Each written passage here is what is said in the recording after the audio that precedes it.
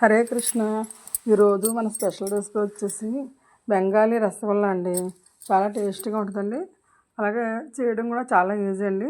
Simple ప్రాసెస్లో చెప్తాను, మీరు కూడా అలా ట్రై చేయండి. చాలా టేస్టీగా ఉంటుంది, హెల్త్ కూడా చాలా మంచిదండి. దీనికైతే చాలా తక్కువ ఇంగ్రీడియంట్స్ అండి.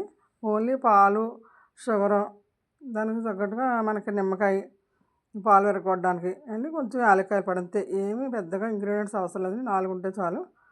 పాలండి 1/2 లీటర్ తీసుకున్నానండి. ఫుల్ ఫ్యాట్ మిల్క్ తీసుకుని గ్యాస్ మీద పెట్టి కాస్తున్నాను.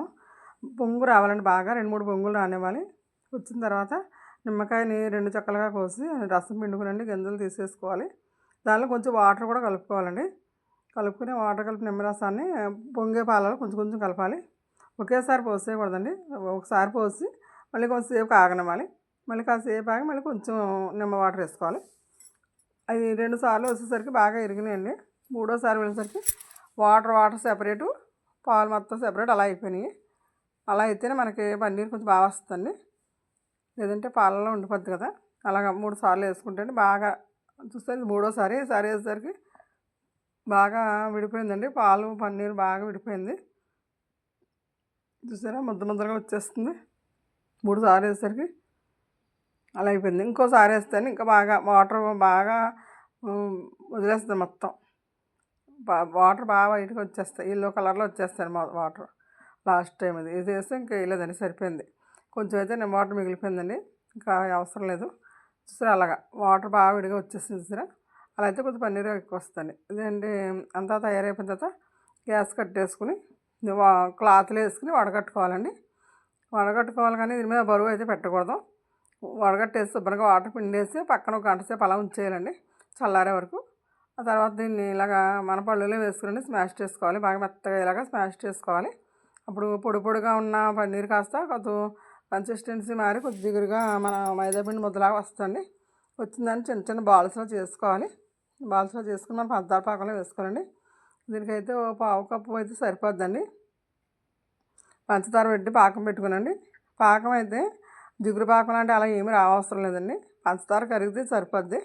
కొంచెం వాటర్ చిక్కబడినట్టు ఉంటుంది అంతే అండి, ఇంకా అంతకంటే ఎక్కువ అవసరం లేదు. మొత్తం మసాలా అంతా కరిగిపోయి 2 బొంగులు రావాలి. బొంగులు వచ్చిన తర్వాత మనం బాల్స్లో చేసుకున్న ఉన్నాయి కదండి, పన్నీర్తో బాల్స్లో చేసుకున్నాం కదా, ఆ బాల్స్ ఇందులో వేసేయాలండి. అంతే, చాలా ఈజీ అండి. బాల్స్ ఇందులో వేసేసి ఓ 10 నిమిషాలు ఉడకనివ్వాలి. మరుగుతుంది చూసారా, పంచదార వాటర్ బాగా మరిగేటప్పుడు అందులో వేసేసుకోండి. బాల్స్ చేసుకున్న బాల్స్ అందులో వేసుకోవాలి. అలా ఎన్ని చేసుకుని అన్ని అందులో వేసుకోవాలండి. మరిగేటప్పుడే వేయాలి.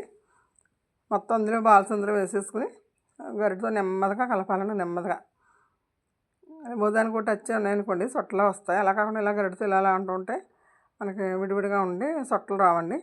నెమ్మదిగా అనుకుని ఇంకా కాసేపు మూత పెట్టేసండి. ఒక 5 నిమిషాలు సిమ్లో ఉంచాలి. మంట తగ్గించేసాను, సిమ్లో పెట్టేసాను.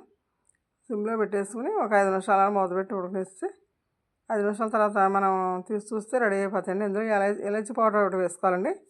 ఇలాచీ పౌడర్ వేసుకుంటే ఫ్లేవర్ బాగుంటుంది. చూసారా, బాగా మనం వేసిన సైజు ఎలా ఉన్నాయో, ఇప్పుడు ఉన్న సైజు ఎలా ఉన్నాయో కొంచెం పెరిగినాయి. చూసారా, ఇలాచీ పౌడర్ వేసానండి. మూత పెట్టేకండి ఒక 5 నిమిషాలు ఆగి మూత తీస్తే సైజు డబల్ అయిపోతాయండి. చూసారా ఎంత బాగున్నాయో. పెద్దవి అవుతాయండి, ఉడికేసరికి పెద్దవి అవుతాయి. పెద్దవి అలా అవడం వల్ల పొంగడం వల్ల మధ్యలో బాగా పీల్చుకుంటుందండి పాకం. చాలా టేస్టీగా ఉంటాయి. చూసారా ఎంత పెద్దవైనాయో. పెద్దగా అయిపోయినాయి కదా ఇందాక కంటే ఇప్పుడు డబల్ అయినా. చూసారా, అది నల్లగా ఉన్నాయండి, ఇలాచీ పౌడర్ అండి.